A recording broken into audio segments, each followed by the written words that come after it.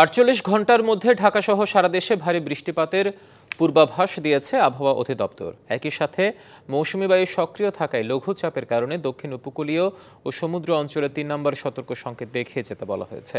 গেল ২৪ ঘন্টায় দেশের সর্বোচ্চ বৃষ্টিপাতের পরিমাণ ছিল সন্দ্বীপে ৭৬ মিলিমিটার এবং ঢাকায় ৭ মিলিমিটার।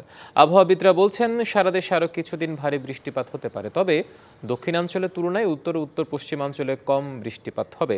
এছাড়া চট্টগ্রাম, খাগড়াছড়ি, রাঙামাটি, বান্দরবান সহ পাহাড় অধ্যুষিত এলাকাগুলোতে ভূমিধসের আশঙ্কা রয়েছে।